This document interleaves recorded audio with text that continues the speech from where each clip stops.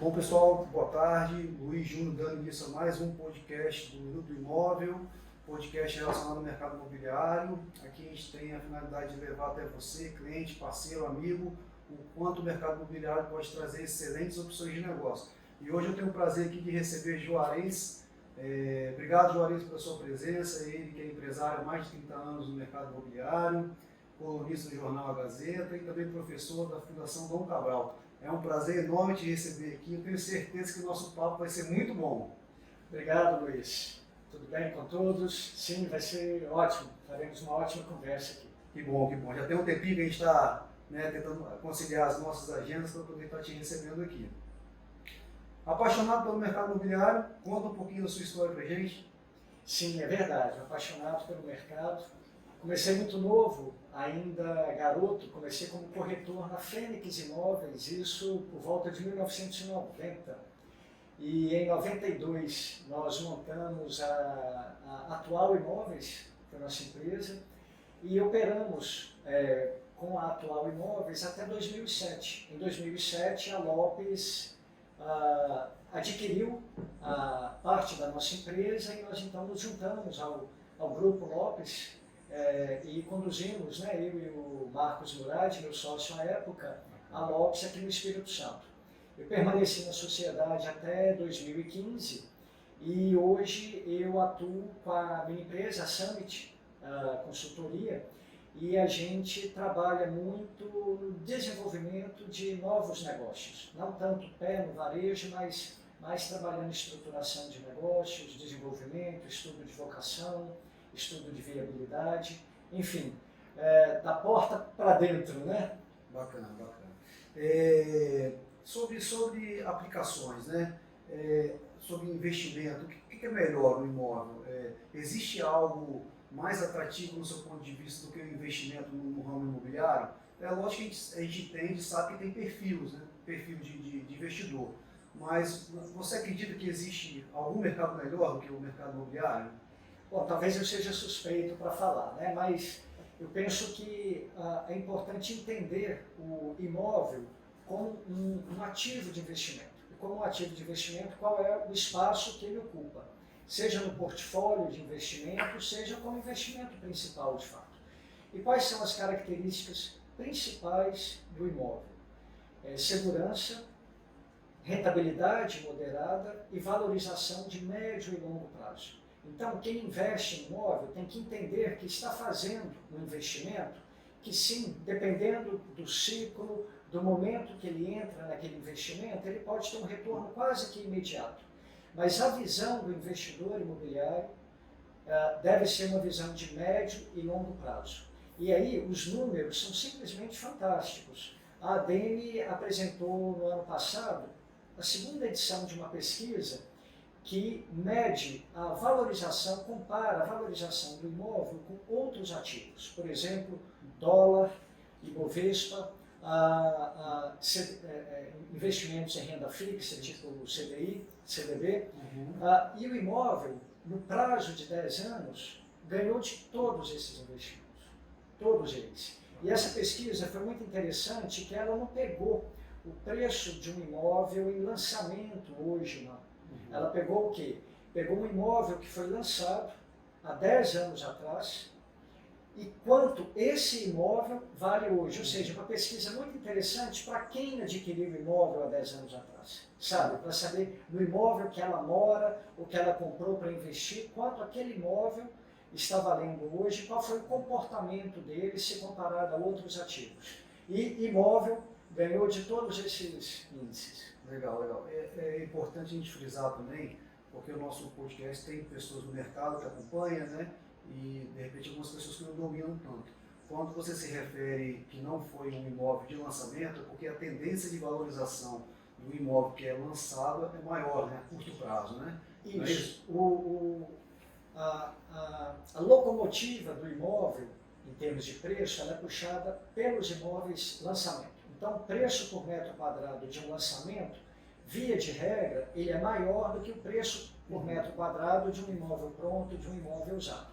Então, fazendo essa distinção, a pesquisa ela não não considerou o preço do lançamento, considerou o preço do usado lançado há 10 anos atrás. Bem interessante.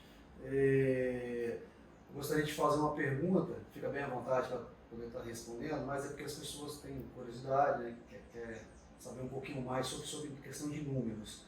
Ao longo aí dos seus 33 anos, né, no mercado imobiliário, você consegue compartilhar com a gente aí um ganho bem favorável, algum negócio, alguma compra, alguma venda que você fez, um investimento, um terreno, ou imóvel comercial ou residencial que te proporcionou um ganho bem significativo? Você consegue compartilhar isso com a gente? Luiz, eu sou conservador. Então, assim, as pessoas, inclusive clientes à época, assim, falavam, puxa, me indica, né, a famosa galinha morta, né, do mercado. Eu nunca ganhei dinheiro com galinha morta. E nunca comprei também. Provavelmente poderia ter ganho, como algumas pessoas, eu sei que ganho. Mas é um lado assim do mercado que eu prefiro não atuar diretamente. Então, algumas coisas que eu acho, que eu pontuaria, né, respondendo essa pergunta sua. Sim, tudo que eu conquistei assim, na minha vida foi e veio do mercado imobiliário. Então é um mercado altamente atrativo em termos profissionais e de investimento e tudo mais. Agora, eu sempre ganhei dinheiro, vamos dizer assim, nos bons momentos do mercado imobiliário, quando o mercado estava, sabe? Então, quando o mercado estava mais retraído, eu tinha uma posição ainda mais conservadora. Quando o mercado estava bom, a gente fazia alguns negócios. Ou seja, sempre busquei assim, evitar um risco maior, tá? E sempre, de certa forma, levando isso para os clientes também. E, em termos de negócio, o que eu gosto muito de fazer, que eu acho seguro e bastante interessante, é você adquirir uma área e fazer uma permuta, sabe? Você tem um ganho não só na valorização do imóvel, mas um ganho real, porque você está trocando metro quadrado de terra por metro quadrado de apartamento, quer dizer, multiplicando isso a um preço muito maior. Então é um excelente negócio para se fazer. É claro que não é óbvio, requer, né, cuidados e uma certa experiência, mas é um ótimo negócio a ser feito, sabe? Eu gosto bastante. A ser estudado, né? Existe alguns terrenos à venda ainda na Grande Vitória, né? E a gente sabe que o terreno ele tem um valor diferente se aquele terreno proporciona de repente uma incorporação, né? Junto com o terreno ao lado, então a gente sabe que existe valores diferentes para isso. Claro, tem que levar em consideração, né, a própria maturidade da região onde está o terreno, naturalmente a legislação, ou seja, o que é permitido pelo plano diretor, né, municipal ser construído ali naquela região, e não é um investimento assim muito óbvio, porque as áreas óbvias do mercado imobiliário, elas têm cada vez menos terrenos, e esses terrenos são cada vez mais caros. Então, via de regra, você tem que fazer esse movimento numa área em expansão, onde normalmente se consegue um resultado um pouco melhor, do que na área já consolidada, porque ali o preço já é muito alto. E de repente também leva um tempo maior, né? O investimento em um terreno às vezes pode durar um pouco mais, né? O retorno, mas quando ele vem também vem um retorno bem significativo. Exatamente, às vezes demora bastante. Gostaria que você citasse aí, se possível, um momento engraçado aí, ao longo desse tempo aí da sua experiência, você realizando uma venda ou uma negociação, se você pudesse citar um ponto engraçado e de repente uma frustração também, né? Sim, vamos lembrar aqui, né? Bom, começando pelo segundo, né? Por uma frustração, eu acho o seguinte: quem não consegue lidar bem com frustração não pode atuar no mercado imobiliário. Verdade. Porque a gente perde muito mais do que ganha. A gente torce assim, para acertar muito mais do que errar. Mas a gente prospecta muito mais, a gente gera muito mais negócios do que realiza de fato. Houve muito não. Então tem que ter essa resiliência para não se abater com os nãos que você ouve. Às vezes os negócios avançam até um certo ponto que parece impossível que eles caiam, né? Quando você não tem assim, uma certa experiência, mas quem já tem experiência sabe que negócio realizado é contrato assinado, é escritura assinada, é dinheiro, Sinal de negócio. sinal de negócio, né? Então, até lá, a gente tem que manter o sangue frio. Então, saber lidar com esses nãos e com a frustração é fundamental para quem pensa em seguir em qualquer segmento do mercado imobiliário. Seja na corretagem, seja como empresário, seja como investidor, seja como incorporador, enfim, a gente lida com isso todos os dias. Quanto a um momento engraçado, enquanto a gente conversava aqui, eu lembrava, não está relacionado a um cliente, não está relacionado a um colega. Ainda no início lá da atual, gente novo, uma garotada, 20 e poucos anos, aí todo mundo, e aí tinha os plantões no sábado, né? A gente chegou lá no sábado, nós éramos só donos, mas nós mesmos trabalhávamos também. Aí um desses colegas chegou no sábado, né, daquele jeito, né, que você já imagina, e aí atendeu uma ligação de um cliente que ligou por um anúncio. E em Vitória, na Grande Vitória, é muito comum, né, as pessoas quererem saber a orientação solar do imóvel, se é sol da tarde, se é sol da manhã, todo mundo quer saber isso e antigamente ainda mais. E a preferência, desculpa te interromper, mas a preferência aqui é sempre por sol nascente, né? Sol da manhã. De repente, em algum lugar um pouco mais frio, que é São Paulo, né, próprio Paraná, as pessoas buscam... em alguns lugares elas querem sol, seja da manhã ou da tarde, né? Porque a incidência é menor, o local é um pouco mais frio. Mas aqui não, pela natureza nossa aqui e do nosso clima, a via de regra, essa orientação solar é um fator determinante na compra. Aí esse colega, ele atendeu o telefone e não sabia quase nada do imóvel, e a gente do lado e o cliente perguntando. Era uma casa na Mata da Praia, e perguntou, é sol da manhã ou sol da tarde? Ele é a casa, o sol da manhã? É sol da manhã, é sol da manhã. A gente, não é sol da manhã, não. Ele, não, é sol da manhã, nos fundos. Então, assim, ele se saiu como deu, né, naquela situação. Não está errado, né? Realmente, pega os dois, né, da manhã e... Exatamente. Ele se saiu como foi possível ali naquele momento, depois a gente riu a beça. Também já passei por algumas situações bem engraçadas. Uma dica aí de segurança para quem está comprando um imóvel, se puder acrescentar para a gente, tanto de repente o imóvel que está na planta, quanto já um imóvel pronto, né? O que você pode passar? Bom, eu penso que a dica número 1 é cercar-se de um bom profissional para te auxiliar. Sabe, um profissional de segurança, de confiança, perdão. Se você não o conhecer, que seja por indicação de alguém, ou que seja uma empresa que né, seja uma empresa sólida no mercado. Então eu penso que se você tem um bom profissional e você não entende do mercado imobiliário, você já vai mitigar todos os riscos, ou a maior parte desses riscos. E quais riscos seriam esses? Né? Seriam basicamente os riscos relacionados à comunicação, à informação, se você foi devidamente esclarecido sobre valor, sobre os custos de transferência, no caso de financiamento, se foi feita uma simulação das parcelas, de quanto você vai pagar de parcela, de quanto você está pagando de juros, ou seja, as informações elementares relacionadas à parte comercial do imóvel. E o outro lado é a questão documental. E aí entra a documentação do imóvel, ou seja, a certidão de ônus, se tem algum problema nessa certidão do imóvel junto à prefeitura, e por parte dos vendedores, as certidões dos vendedores, né? Certidões cíveis, trabalhistas, criminais, enfim.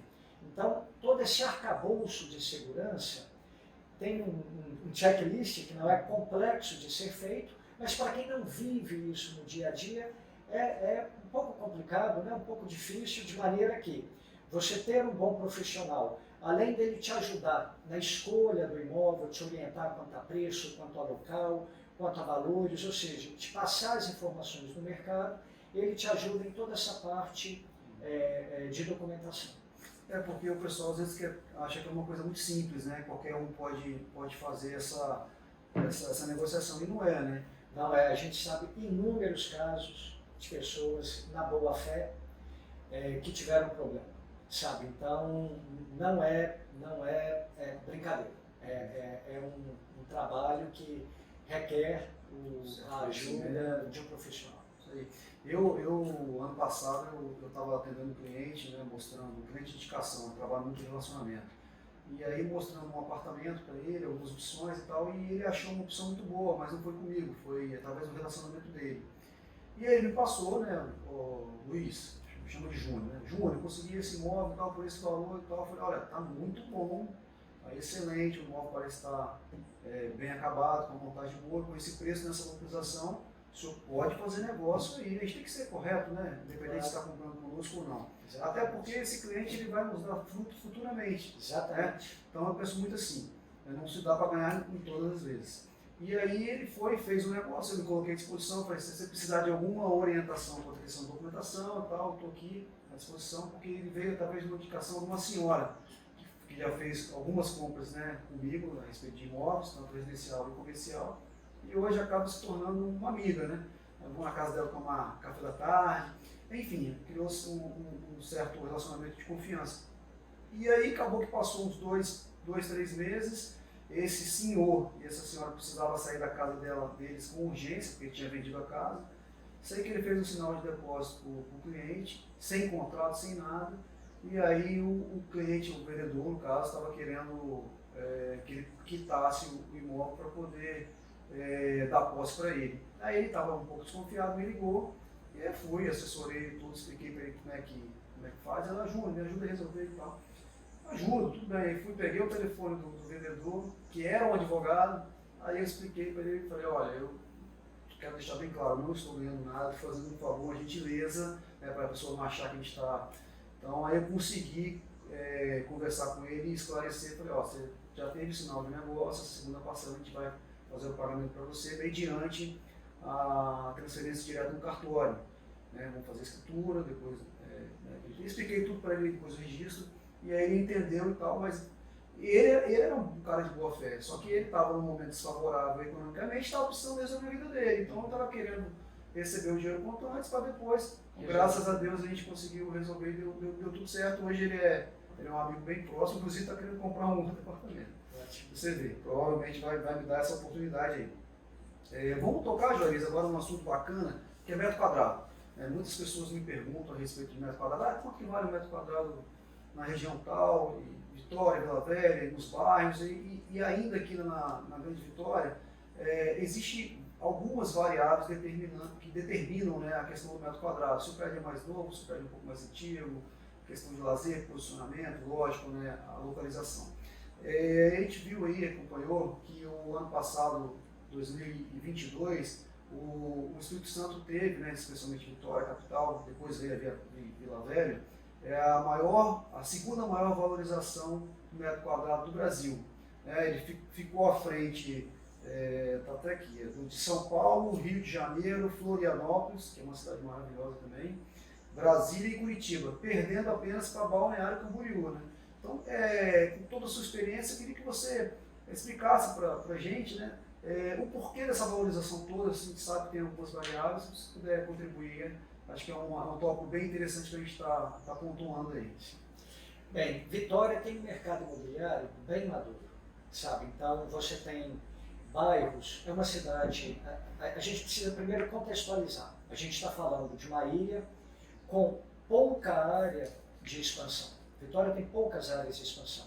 E com bairros já bastante consolidados. Então, você pega uma Praia do Canto, você pega um Jardim da Penha, um Jardim Camburi, uma Mata da Praia. São bairros bastante consolidados. Os bairros que abrigam a maioria dos lançamentos são bairros consolidados, com cada vez menos áreas para construir. A indústria da construção civil e imobiliária ela tem uma particularidade. Ela é a única indústria que demanda novas áreas para ela se realizar. Uma fábrica de carros vai fazer aquelas dezenas de milhares de carros em um único lugar. A construção civil imobiliária, para cada empreendimento, ela precisa de terra, ela precisa de um novo espaço. E essa é uma mercadoria finita nos bairros. Né? Então, se você pega uma Praia do Canto, você conta nos dedos os terrenos. Se você pega uma Mata da Praia, acabaram os terrenos. Né? Então, isso tudo valoriza, gera uma valorização dos imóveis, porque você não tem reposição. você tem poucos lançamentos. E isso valoriza não só os lançamentos, que atingem preços bastante altos, como os imóveis prontos também, sabe? Então, a maturidade da cidade, a pouca oferta, isso tudo contribui. E o outro lado é o quê? Uma relação entre a demanda e a oferta equilibrada. Como a gente tem tido poucos lançamentos, seja em função da dificuldade de áreas, seja em função de outros fatores, mesmo nesse momento tão favorável de valorização do mercado, que foi 2021, 2022, nós não tivemos aquele efeito manada.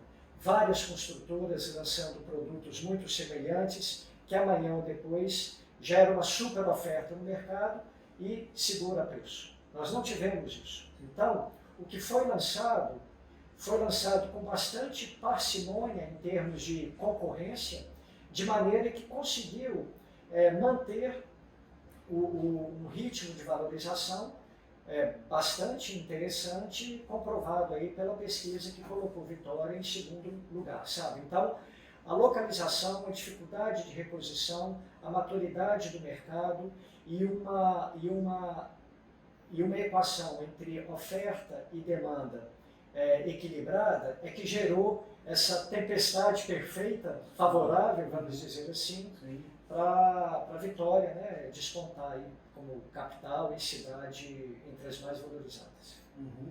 E do seu ponto de vista, essa valorização vai continuar nessa mesma aceleração ou você acredita que vai continuar valorizando, só que proporcional, né? mais lento? Então vamos lá, esse é um outro ponto que eu acho muito importante quem adquiriu, ou está adquirindo, ou investe no mercado imobiliário, compreender. O mercado imobiliário ele é feito de ciclos. Você tem os ciclos de expansão, você tem os ciclos de estabilização. Tá? Via de regra, aqui em Vitória, a gente tinha um ciclo de expansão, muitas vezes aí de 2 anos, e um ciclo de estabilização de 3, 4, 5 anos. Tá? Quando eu digo, aí a gente olhando num gráfico, a curva de valorização do imóvel não é uma rampa, é uma escada. Você tem a etapa da estabilização e VUP, de repente aquele salto que muito rapidamente o que ficou estabilizado em 1, 2, 3 anos, parece que em um ano ganha o preço, é quando a gente assusta, puxa, mas valorizou isso tudo em 1 ano, 2 anos, dobrou de preço, subiu esse tanto. Quando aquele cliente demora um pouquinho ali para poder te dar a resposta, ele não consegue, ele já não consegue comprar mais. Então é importante entender como é o desenho do ciclo de valorização do imóvel. Isso posto, e olhando para a nossa realidade nesse momento, esse ciclo tem uma pequena distinção, eu olhando para trás e observando outros ciclos que eu já tive a oportunidade de viver, que é justamente o fato da gente não ter tido tantos lançamentos. Então a gente está conseguindo prolongar esse ciclo um pouco mais e de maneira mais saudável. Como que eu penso olhando assim para frente? Talvez em um ou outro lugar, em um ou outro lançamento muito específico, a gente ainda consiga um ritmo de valorização semelhante ao que tivemos nos últimos 2 anos. Para outros lugares, penso que esse ritmo de valorização ele vai diminuir um pouco. Note bem que eu não estou dizendo que vai nem parar e nem desvalorizar. Eu estou dizendo que a gente deve ou pode ter uma curva de valorização um pouco menos intensa do que tivemos nos outros anos. De maneira assim que eu acho que, cercando-se dos cuidados e do planejamento financeiro, que é importante antes de você adquirir qualquer imóvel, para não ter dor de cabeça ou de sabor lá na frente, continua sendo um momento bastante favorável para se adquirir um imóvel. Bacana, muito bem explicado. Esses dados que a gente está passando aqui é da tabela do FIPZAP, né?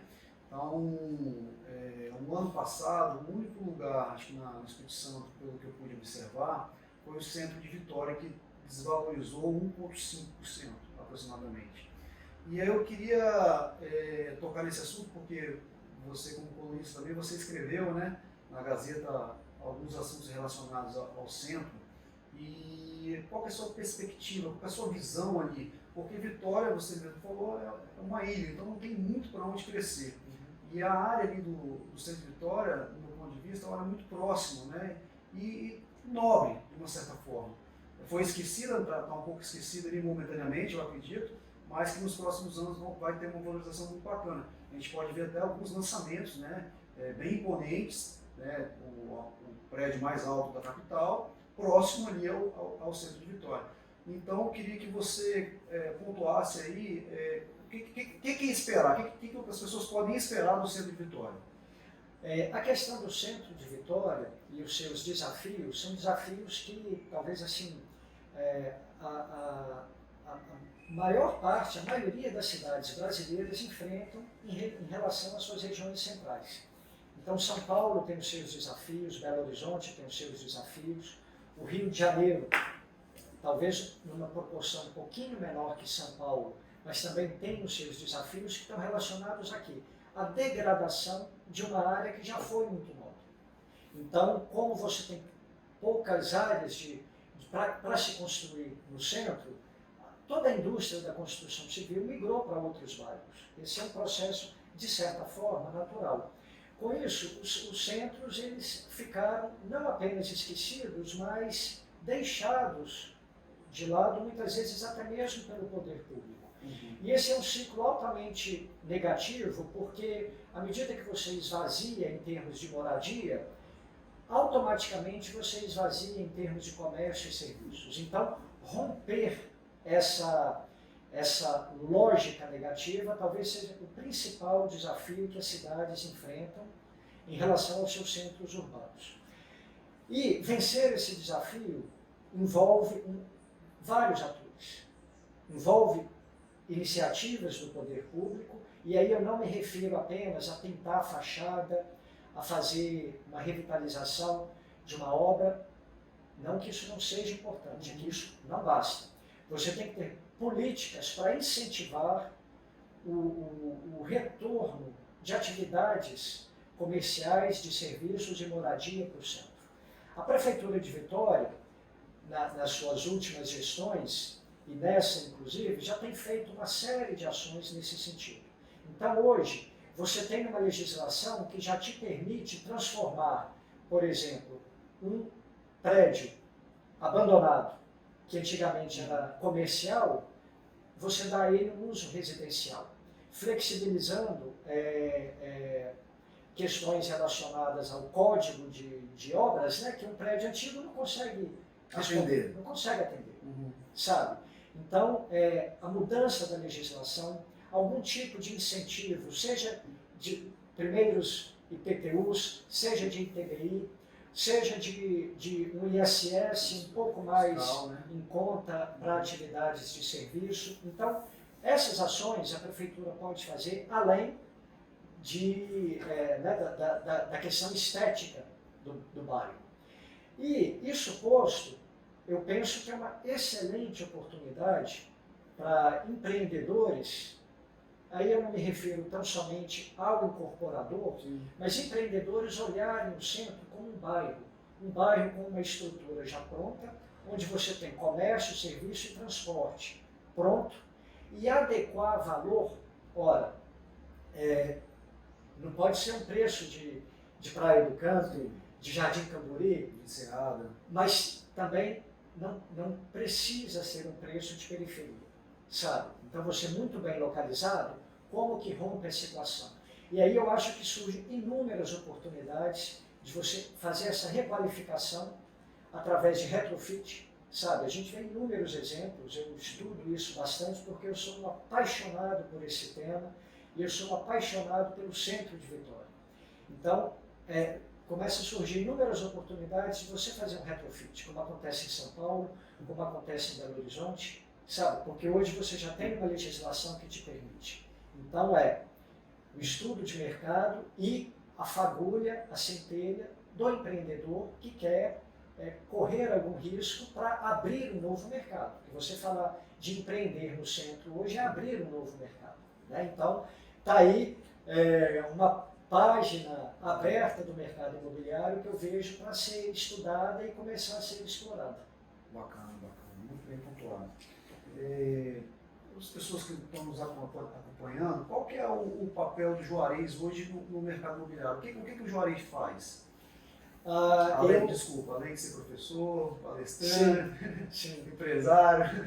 Eu já há algum tempo, eu atuo mais fortemente no desenvolvimento de novos negócios, né? Então, famílias me procuram, ou clientes me procuram, a gente tem aí um relacionamento grande no mercado imobiliário, em função desses anos todos, né? E em função do fato de eu já ter sido presidente da ADEME, do Secov, então, famílias me procuram, ou proprietários de área me procuram, e eu preciso levar uma solução para os imóveis dessas famílias ou para o terreno dessa família. Então a gente faz um estudo de mercado, a gente faz um estudo de viabilidade, a gente define as premissas que venham a atender a família, partindo do melhor cenário até o cenário que os atenda, e daí a gente vai ao mercado, buscar seja uma permuta, seja uma incorporação, seja uma parceria, seja uma venda direta. Então, o meu papel hoje é prestar essa assessoria para os proprietários, né, de imóveis, especialmente de terrenos, para levar uma solução, a melhor solução que cabe àquele bem, né, daquela família, daquele proprietário. Bacana. Inclusive a gente tem algumas coisas, né, juntos. Sim, temos parcerias aí, né, Luiz? Isso é muito bom. Bacana. Como eu mencionei, né, anteriormente, o nosso convidado ele tem uma coluna no jornal A Gazeta, né? Então escreve lá sobre diversos temas. Até anotei aqui: favela 3D, o contrário da pobreza é a dignidade, características e desafios de novo Minha Casa Minha Vida, cidade inteligente, qual é o papel do plano diretor municipal e cidade Matarazzo, entre outros, né, outros temas. Inclusive um você acabou de pontuar aqui que foi sobre o Centro de Vitória, né?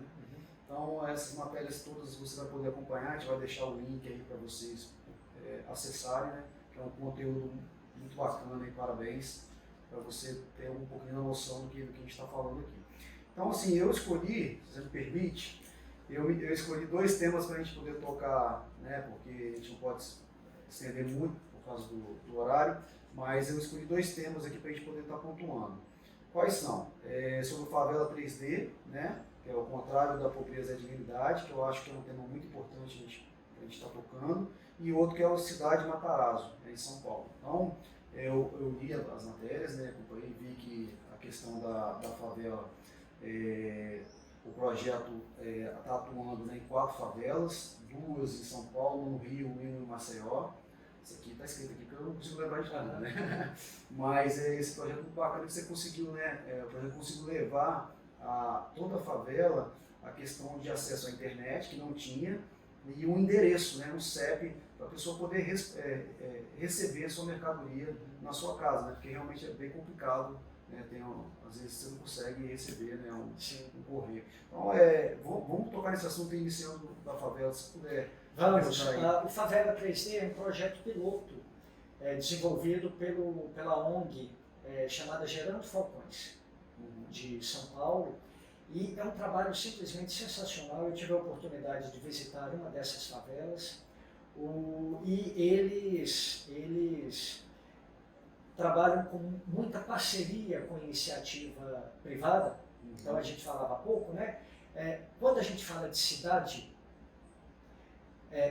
você tem que trazer para soluções esses atores todos. Então, poder público no que o cabe, e sempre caberá, porque, né, ele, a rigor é que tem a gestão, mas a iniciativa privada. E o terceiro setor, que é o caso do Gerando Falcões. Então, eles desenvolveram esse projeto, pretendem expandir, disponibilizar, eles não se acham donos, eles se acham desenvolvedores de uma metodologia que está aí, sabe? Está aí. O Favela 3D, o 3D significa o quê? Dignidade, digital e desenvolvimento. Dignidade porque eles entendem que foi desenvolvida uma metodologia até por uma empresa israelense, uma das que eles fizeram parceria, que fizeram um passo a passo. Então, classificam cada família daquela favela em algumas categorias, né? A primeira, extrema pobreza, a última, saindo da pobreza, e a intermediária, justamente a dignidade. Até a dignidade, a família ou a pessoa precisa de um certo apoio. A partir daí, é por conta dela. Então, o projeto procura levar essa dignidade e cidadania para essas famílias e essas pessoas. O digital, porque todo o projeto ele é baseado no digital. Tanto o acompanhamento, quanto o desenvolvimento, e algumas coisas muito simples e muito impactantes. Por exemplo, a maioria dos moradores das favelas, eles não têm endereço. Eles não existem para você, para o comércio eletrônico, por exemplo. Você não pode nem ter um endereço de envio, você fazer um artesanato em casa para mandar, tampouco ter um endereço de recebimento. Pois bem, foi desenvolvido com o Google, especialmente para eles, o CEP digital. Hoje, cada família, cada casa tem lá o seu CEP digital.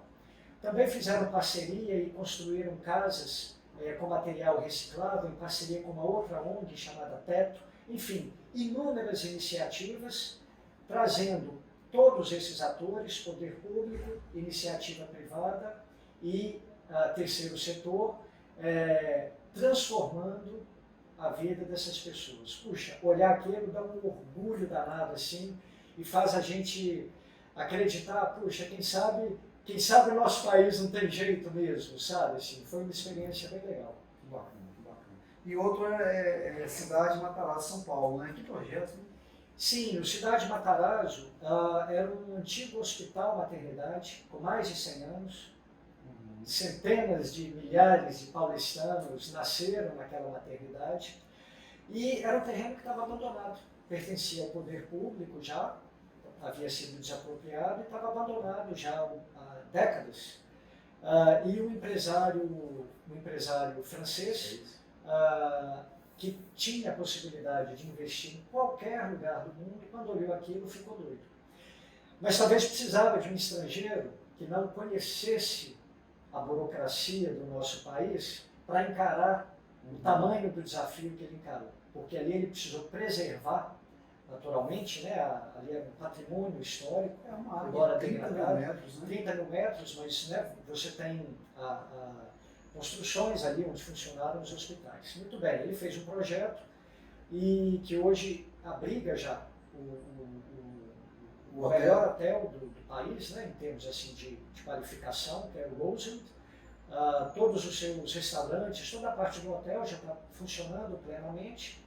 A segunda etapa do projeto, né, que é onde funcionava o hospital, vai abrigar atividades de comércio, de serviço, culturais, vai ter um teatro que vai funcionar 20 horas por dia, show, espetáculo, apresentação após apresentação. Então, assim, um super projeto. Ele trouxe grifes de arquitetos e de designers, né, renomados no mundo todo para assinar o projeto junto com ele, e todo o material utilizado na construção, no acabamento, na decoração é material brasileiro. Todo o material. Então, é um super projeto de um estrangeiro que ficou apaixonado pelo Brasil. E eu tive a oportunidade de perguntar a ele por que raios ele, então, se encantou tanto, né, pelo Brasil. E às vezes a gente precisa ouvir de quem não é daqui algumas coisas para a gente enxergar. E ele falou que quais os grandes problemas futuros da humanidade? Água, a questão étnica e a questão de fronteiras. E por mais que o Brasil tenha os seus problemas, o que nós temos de problema em relação à água, em relação a fronteiras e em relação à questão étnica, comparado a outros países, especialmente a Europa, é mínimo, é mínimo. Então, assim, não que isso aqui seja um paraíso, né? Mas olhando para o futuro, a gente está muito bem posicionado. Se a gente conseguir aproveitar esse ativo que nós temos, realmente a gente vai ter chance aí de deixar de ser o país do futuro para ser o país do presente realmente. Bacana, bacana. Bora falar de montanha? Vamos, já para falar de paixões, né? Já falamos de imóveis, agora vamos falar de montanhas. Bacana, bacana. O Juarez foi o primeiro capixaba a subir o Everest, né, Juarez? E esse amor aí pelas montanhas começou aos 30 anos, né? A gente acompanhou um pouquinho, né, a respeito disso. Tem um projeto também dos 7 cumes. Eu queria que você contasse pra gente um pouquinho sobre isso. Você já teve em todos os continentes, né? Sim, o projeto 7 cumes consiste em subir a montanha mais alta de cada continente. Eu já estive no 7, entretanto fiz o cume de 6, porque o Denali, no Alasca, na América do Norte, que eu estive lá em 2014, e curiosamente foi o período e a montanha que eu estava mais bem preparado fisicamente, estava muito forte. Mas se tem uma coisa que a gente aprende, né, na montanha é que a natureza é soberana, né? E o nosso tamanho ínfimo diante dela, né? E ficamos lá com um tempo muito ruim, chegamos no último acampamento, precisávamos de uma janela de 2 dias para fazer o cume e voltar, e não tivemos essa janela. Ficamos 8 dias, a comida começou a acabar, a gente teve que voltar. Então o Denali deixou aí o gostinho, né, de quero mais. É importante saber também, né, até onde você pode ir, da onde você tem que voltar, né, para não colocar a sua vida e a vida das pessoas em risco, né, porque é um esporte de risco, né? O risco é calculado, mas tem um risco, né? Tanto é que a gente vê inúmeras pessoas que não conseguem chegar ao cume, né, e vem a falecer, né? Sim, é um esporte que te coloca à prova, não só fisicamente, mas mentalmente, emocionalmente, envolve-se em algum risco, envolve tanto mais o planejamento para mitigar esses riscos e o conhecer-se a si próprio, conhecer até onde você pode ir, entender que a montanha vai continuar lá, né? Quer dizer, então, se não der dessa vez, novas oportunidades podem surgir, embora isso não é fácil. O custo de oportunidade para você estar ali naquele momento, naquela montanha, é muito alto. No caso do Everest, não sabia se eu voltaria lá algum dia. Então, isso tudo faz com que uma decisão de continuar ou de recuar seja muito difícil de ser tomada. Mas quem não está preparado para não chegar no cume da montanha, não deve ir para a montanha. A montanha não é lugar de eu posso, eu faço, eu aconteço. Ok, isso é legal, é motivador, mas lá você estará lidando com forças, não importa o quão forte você seja, com forças muito maiores do que você e com questões que você não controla. Lidar com esse imponderável é talvez assim o mais desafiador, sabe, desses desafios aí em alta montanha. Bacana, bacana. Tem a montanha na Oceania, que há uma certa discussão quanto à questão da montanha mais alta naquele continente, né? Tanto é que o projeto dos 7 cumes, que é um americano, né? Ele fez uma escalada em determinada montanha e os outros fizeram demais, né? Aí só para você pontuar isso aí que eu acho que é importante, principalmente para quem entende dessa área. Né? Sim, o 7 cumes é um projeto, né, que nasceu de um americano, assim, apaixonado pelas montanhas, e na época, quando ele concebeu o projeto, ele considerou a montanha no país, digamos, politicamente e não geograficamente, de maneira que aí entrou o Kosciuszko na Austrália, mas depois elaborando e outras vertentes, outras pessoas, outras ideias para o projeto, falaram, não, entendemos que deve ser considerado não o país, mas geograficamente, o continente. Daí, no caso da Oceania, né, dentro do continente da Oceania, a maior montanha encontra-se na ilha de Papua, que é a pirâmide Cartens, que pertence à Indonésia. Bacana, bacana. Vamos lá, vamos continuar esse assunto aí, que esse assunto tá bacana. Eu quando fiz algumas anotações aqui, e para poder acelerar um pouquinho a nossa conversa, né, a questão de quando você iniciou as suas escaladas e tudo mais, vamos pular isso aqui para algumas gírias. Tem alguma gíria que você gostaria de compartilhar conosco a respeito dessa tribo, alguma gíria bacana, alguma coisa interessante? Gíria, assim, talvez eu né, não esteja me recordando, mas tem uma frase que é bem legal e ela faz uma ligação com o que a gente falava há pouco, né? Que eles dizem, né, que chegar no cume é opcional, voltar vivo é obrigatório, né? De maneira assim, para a gente entender como que a segurança é levada a sério quando a gente vai para uma montanha. Ou seja, não é um bando de maluco que está lá querendo chegar no cume de qualquer forma, né? Estou numa preparação de no mínimo aí 6 a 12 meses, né? Aí depende da montanha. Quando eu penso assim no Everest, às vezes né, me perguntam, e eu penso, puxa, eu acho assim, que foi a preparação de uma vida, sabe? Eu acho que tudo né, que eu vivi convergiu para que eu conseguisse aproveitar ali a oportunidade.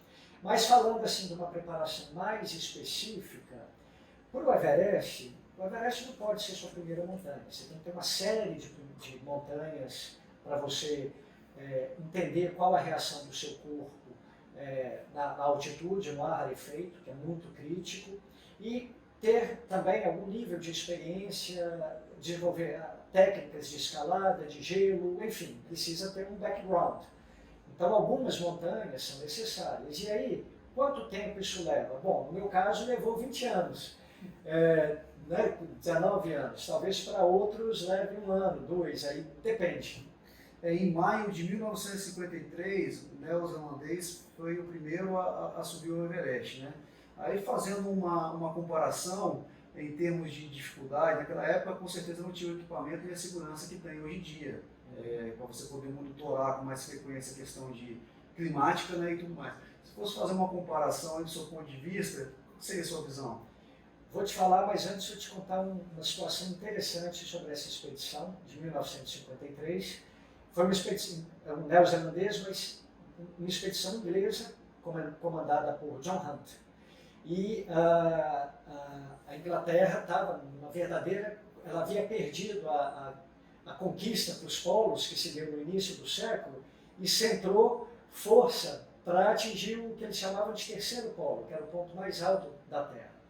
Então era uma expedição que envolvia um empenho e um acompanhamento muito grande do próprio governo. E chegou no cume Edmund Hillary e o Sherpa Tenzing Norgay.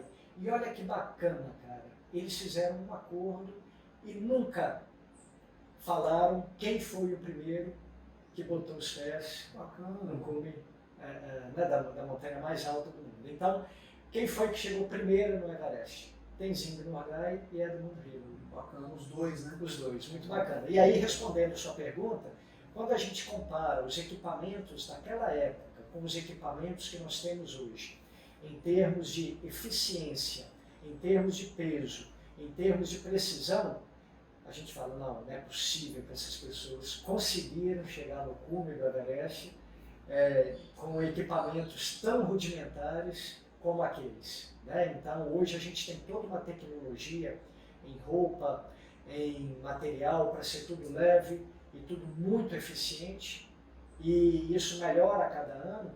Então, quando a gente olha para trás, não nos resta nada a não ser ficar muito admirado e bater muitas palmas para esse pessoal, sabe? Bacana. Só para as pessoas terem noção, o Pico da Bandeira, que é a montanha mais alta do Brasil, né? Ela é quase 1/3 do Everest, né? Na verdade, o Pico da Bandeira é o terceiro pico do Brasil. É o terceiro?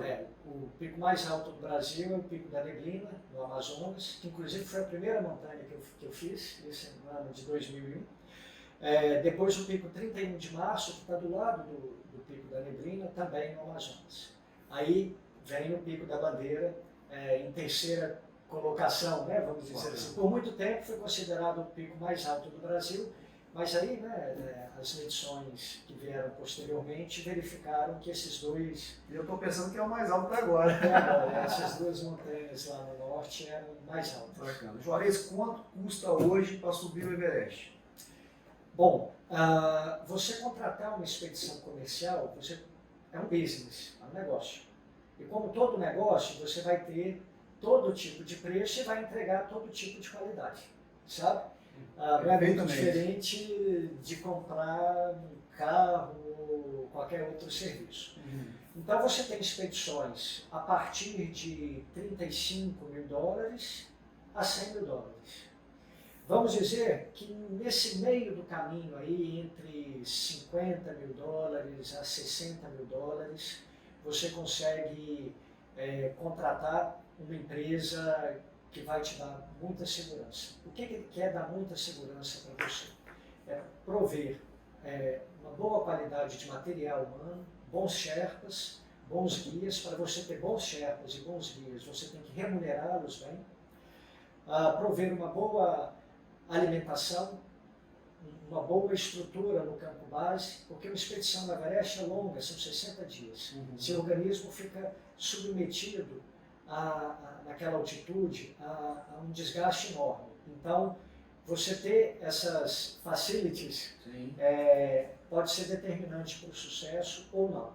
A partir daí, já começam a ser itens bons que te ajudam, porque tudo que traz um conforto maior te descansa mais ou te desgasta menos, mas já entra numa categoria assim, talvez de luxos, né? Uma barraca maior, uma barraca diferente, mas eu penso assim, nas questões cruciais de segurança e técnica, até $60.000 você, de 50 a 60, $65.000 você consegue.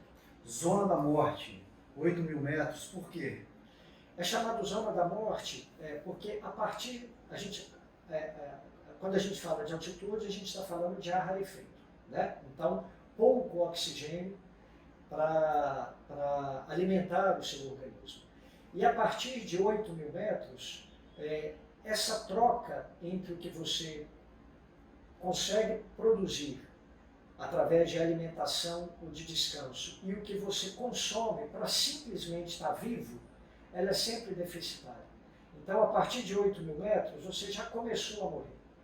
Tanto é que quando a gente chega, né, no último acampamento do Everest, que é 8.000 metros, a regra é ficar ali o menor tempo possível, porque ali você já começou a morrer. Sabe? Mesmo com oxigênio suplementar, ali a troca ela vai ser sempre deficitária. Entendi. Como é que reage o corpo de uma pessoa que está a 8.000 metros? Raciocina mais lento? Algumas curiosidades, por exemplo, você tem vontade de ir no banheiro, como é que faz? Vamos lá. São vários os efeitos, né?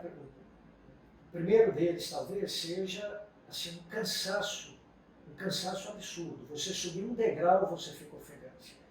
Para você colocar a roupa, o equipamento, você vai levar mais de 1 hora, o que aqui no nível do mar a gente faria tranquilamente em 8 minutos. Você vai levar 1 hora, o que aqui você faz em 8 minutos. Calçar uma bota, tudo bem que é uma bota enjoada, mas é quase um esporte olímpico, sabe? De tanta força que você tem que fazer e esforço. Então, o cansaço, dor de cabeça, enjoo, falta de apetite, falta de sono.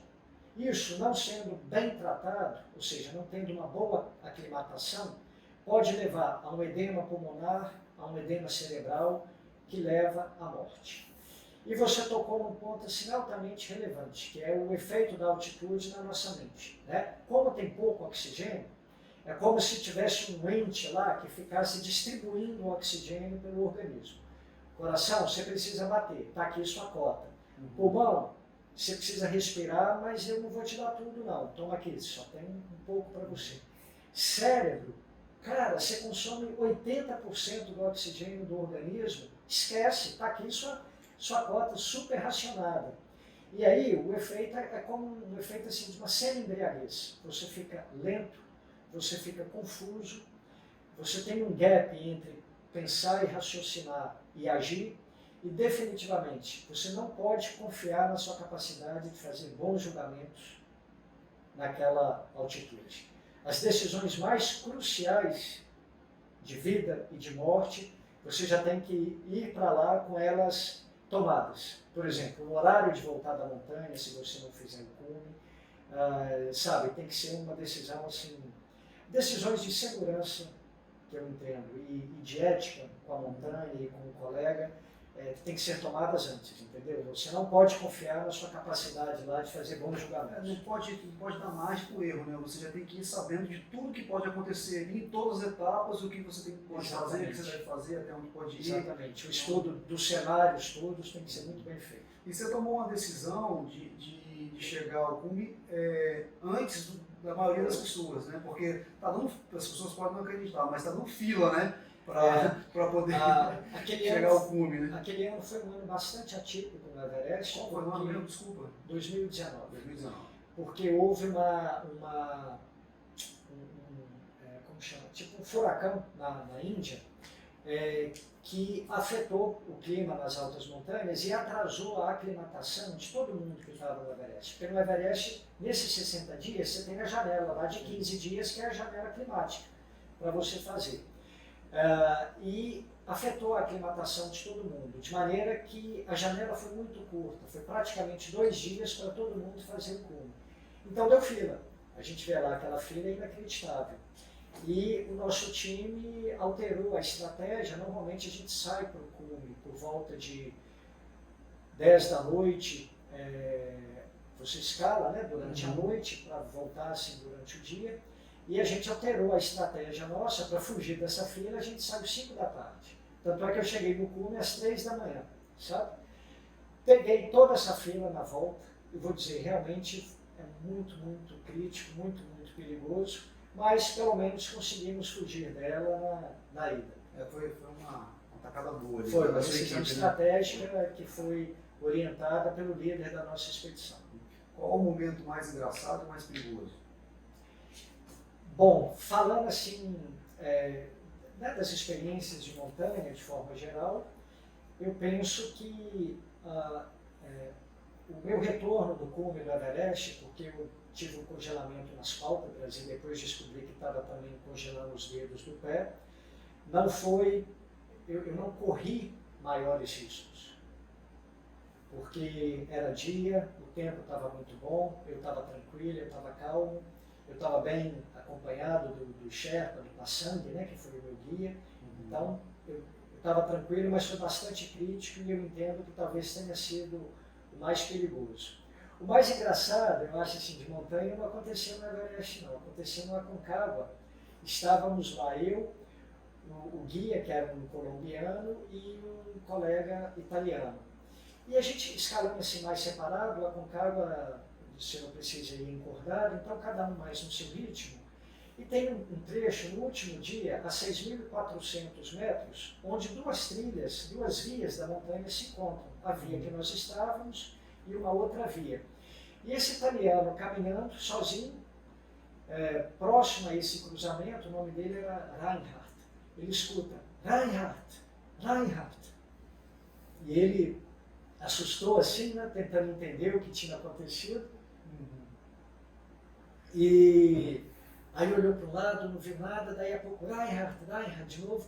Aí diz ele que a reação dele foi cair de joelho no chão e falar, fala Senhor, teu servo escuta, né? Ele achou que estava sendo chamado assim. Falou isso de brincadeira, naturalmente. E era um amigo dele, cara, olha só, da Itália, da mesma região dele lá, que conheceu ele pelo macacão que eles escalavam juntos às vezes, conheceu ele pelo casaco que ele estava usando, e chamou ele, esse amigo estava vindo por uma via e nós por outra. E se encontraram a 6.400 metros naquele instante, naquele dia, lá no Aconcagua.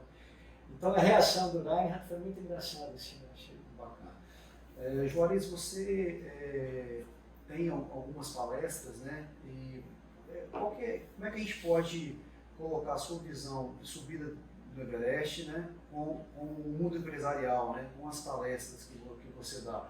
O que a gente pode estar vinculando em termos de lição?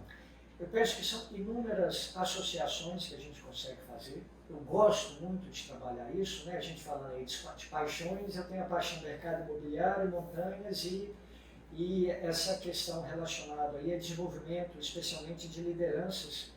E tá aí o fato, né, inclusive, da minha ligação com a Fundação Dom Cabral. Então eu sou convidado assim, para palestras em empresas, e aí eu trago justamente essas associações da montanha com o mundo corporativo. E sempre embaso essas associações, por exemplo, a gente falava, né? Tomada de decisão, planejamento, que é muito elementar, né? Mas questões relacionadas por exemplo, as questões mais, as competências mais emocionais, sabe? Necessárias tanto para a montanha como para o exercício da liderança, questões que a gente usa todo dia na nossa relação aí com outras pessoas. Então eu faço essas associações e sempre embasado por algum conhecimento, por alguma teoria acadêmica. Né? Eu fiz um mestrado no INSEAD, na França, que é uma escola de negócios muito boa, então eu coloco isso tudo no computador, sabe? As experiências, no liquidificador, as experiências com montanha, o mundo corporativo e o conhecimento acadêmico para fazer essas associações aí, que eu acho muito pertinentes para a vida e né, para a profissão nossa, entre montanha e mundo corporativo. Sobre o Everest, tem diversos documentários, né, livros, filmes. O que você pode deixar aí para quem está... Tem bastante coisa, realmente, de filme que eu já vi o melhor e realmente muito bem feito. Chama Everest, eu acho que ele é de 2017, 2016. Ele trata da tragédia que ocorreu no Everest em 1996, que ficou mundialmente conhecida através do livro do Jon Krakauer chamado No Ar Rarefeito. Então, o diretor, o autor, ele junta a visão do Krakauer, a visão de um outro guia que estava naquela expedição, um russo chamado Bukriv, a visão de um cliente, Beck Weathers, que foi dado como morto e perdeu os dedos congelados e parte da face também. Então, junto a essas visões, ocorre que o filme é muito bem produzido, muito bem realizado, a simulação dos movimentos é muito perfeita. Quanto a livro, falando assim do Everest, tem esses livros da Expedição de 96, que são muito bons, o do Krakauer é o mais famoso deles, né, que chama No Ar Rarefeito, mas o livro mais lindo, se eu tivesse que indicar um livro sobre o Everest, é um livro chamado Em Busca da Alma do Meu Pai, que é um livro do filho do Tenzing Norgay, que justamente nessa temporada de 96 foi convidado por uma expedição para ir até o cume, em homenagem ao pai dele. Então é a narrativa dele, é o encontro dele realmente com o pai. Ele conta a história do pai dele pela perspectiva dele, ele conta a história dele diante da montanha e ele narra também os episódios fatídicos lá dessa temporada de 96 que ele estava lá vendo com seus próprios olhos. Bacana, a gente vai deixar aqui nos comentários uns sete indicações aí, tanto de filme quanto livro e documentário também, para vocês que estão acompanhando aí terem acesso. Juarez, para finalizar, como que faz para contratar a sua palestra? Você presta consultoria também nessa parte de montanhismo, de escalada, ou somente no mundo dos negócios mesmo? Efetivamente no mundo dos negócios, em relação à contratação assim, de palestra ou algum treinamento para liderança, mais especificamente, que a gente possa estar implementando, o contato é um contato direto meu, por e-mail, por Instagram, por WhatsApp, não tem segredo nem nenhuma burocracia não. Quanto às questões assim, de montanha, um projeto que eu tenho, né, que eu estou desenvolvendo, é justamente, na verdade, é um programa de desenvolvimento de lideranças que envolve 3 etapas, uma etapa bastante conceitual sobre liderança consciente, que é feita antes, aí teria uma etapa de montanha, que seria o trekking até o campo base do Everest, num formato bem legal, e depois uma etapa de sense-making, né? E agora, né? com o conhecimento, com a experiência, o que é que eu faço com isso? Né? Justamente para levar uma transformação, vamos dizer assim. Isso ainda está no forno, a gente está desenvolvendo, então são esses os projetos aí, e para falar comigo, Instagram, WhatsApp, e-mail, não tem segredo.